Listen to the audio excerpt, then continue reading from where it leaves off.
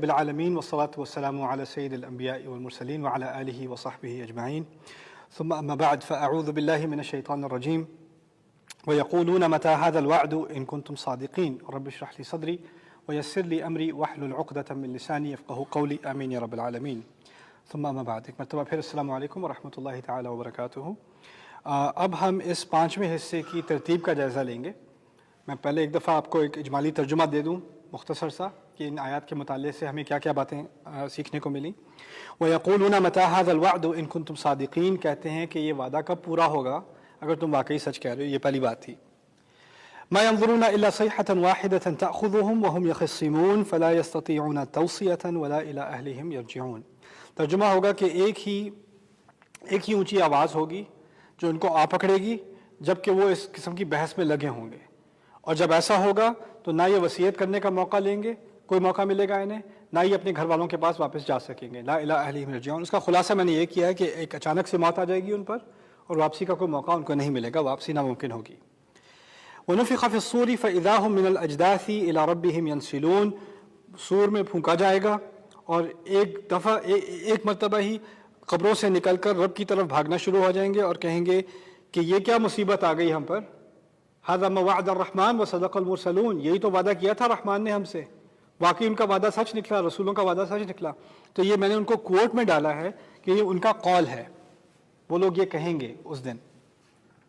اس کے بعد کہتے ہیں ان كانت الا صيحة واحدة فاذا هم جميع لدينا محضرون فاليوم لا تظلم نفس شيئا ولا تجزون الا ما كنتم تعملون.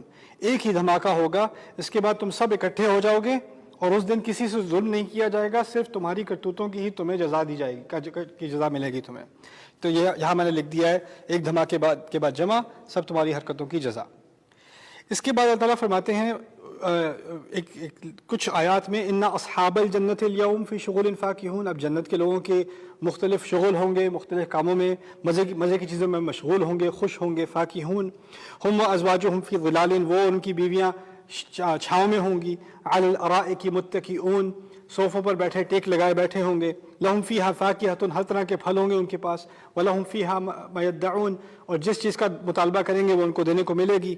سلام قولا من رب الرحیم، رب کی طرف سے خاص سلام ان کی طرف آئے گا، ایک رحمت کرنے والے رب کی طرف سے.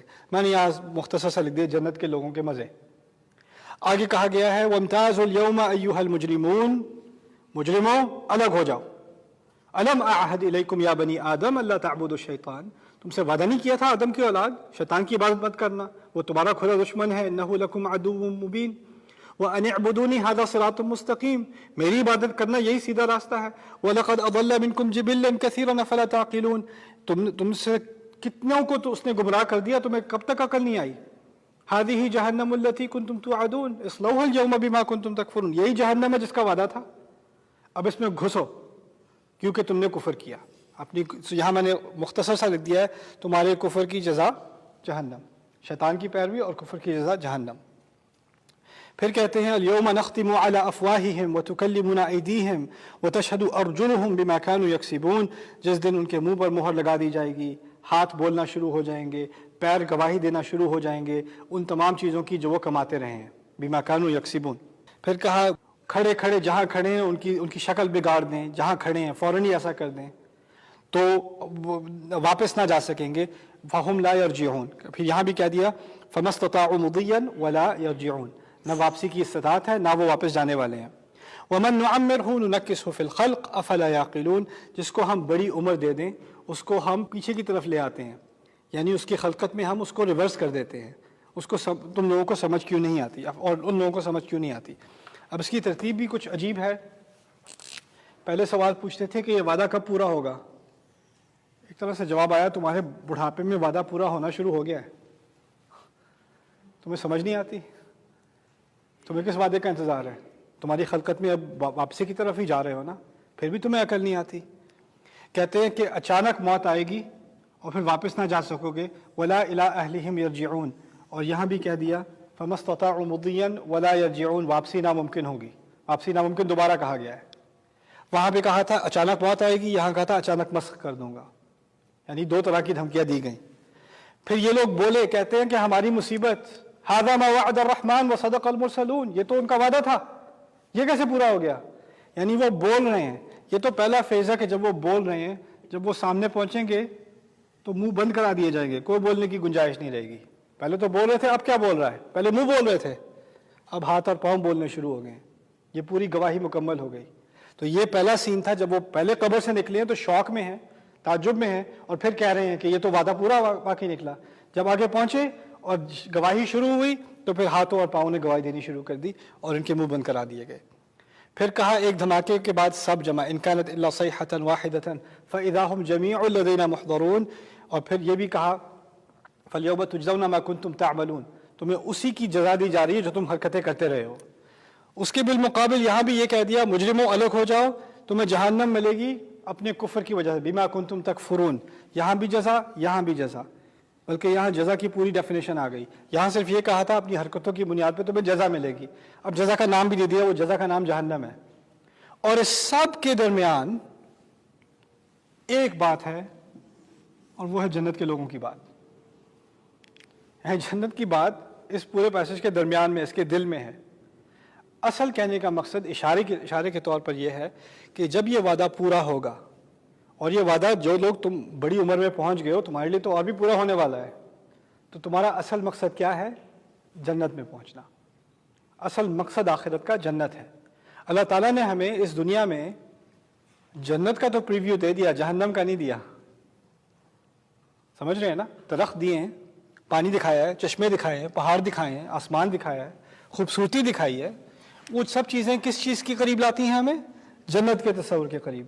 جو جہنم کی بات کی ہے، جو چیزیں جل رہی ہیں، جھلس رہی ہیں، اور لوگ کٹ پھٹ رہے ہیں، اس طرح کی بات جو ہوتی ہے قرآن میں، وہ نہیں دکھائی نیچرلی ہمیں، اس سے ہمیں دور رکھا گیا ہے.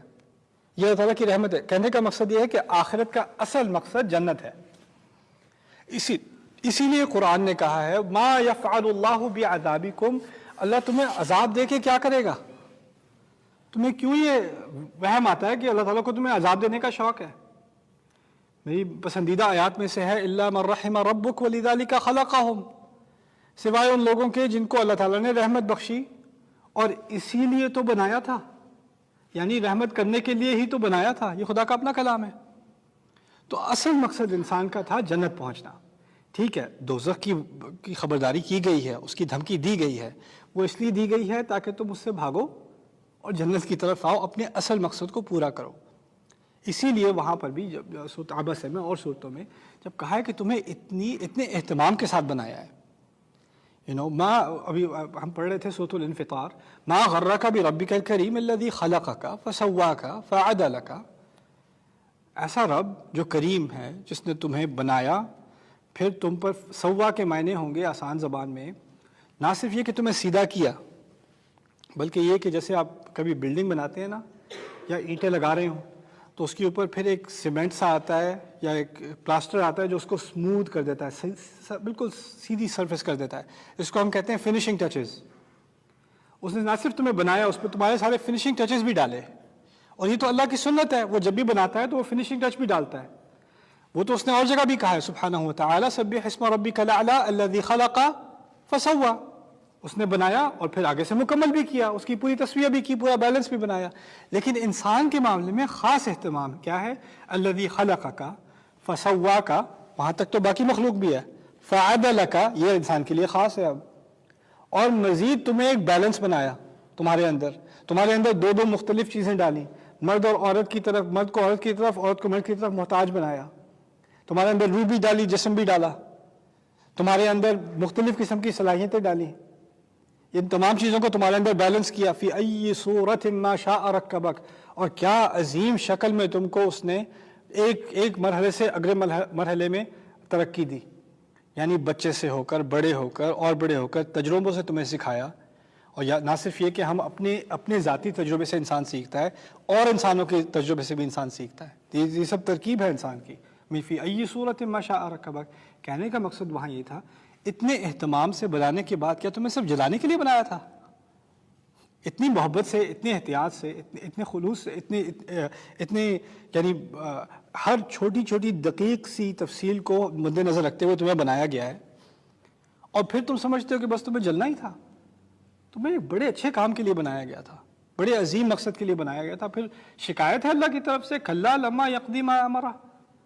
کیا بری بات ہے کہ انسان نے ابھی تک جس سادہ سی بات کا حکم دیا تھا اس کو وہ پورا نہ کر سکا, یعنی اپنے ایک منصب پر وہ پورا نہ اتر سکا. اس کا ایک مقام تھا, اس پر وہ نہیں اتر سکا. یہ انسان کی ٹریجڈی ہے, اور اسی ٹریجڈی کی طرف اللہ تعالیٰ اشارہ کرتے ہیں. اس پر اکتفا کرتے ہیں انشاءاللہ تعالیٰ. پھر اگلے حلقے میں اگلی آخری حصے کی بات ہوگی. بارک اللہ لی ولکم فی القرآن الحکیم ونفعنی وإیاکم بالآیات وذکر الحکیم.